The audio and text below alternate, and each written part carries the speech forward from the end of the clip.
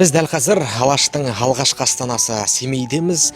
Семейдегі Алаш арыстары Мұхтар Әуезов музейіне келіп тұрмыз. Бұл музей Анияр Молдабаевтың жекеменшік 2 қабатты үйі болған. Бұл үйді Хакім Абай ұлдарымен ақылдаса отырып, Аниярға сатып алып берген болатын. Семейге келген сайын Абай осы үйде тоқтайтын болған. Ішке кіріп көрейік.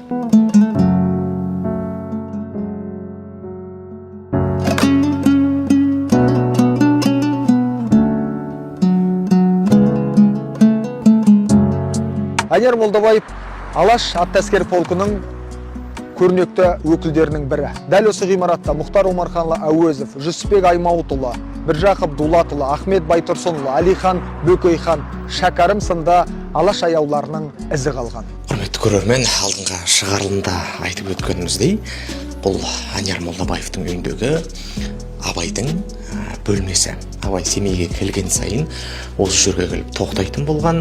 Жалпы бұл жерде тек Абайдың емес, Абайдың ұлдары Ақылбай, Мағауия, сонымен қатар Абайдың інісі Шәкәрімнің де ізі қалған. Бұл жер қазір тыныш, бірақ сол үнсіздіктен Абайдың рухы сезілетіндей.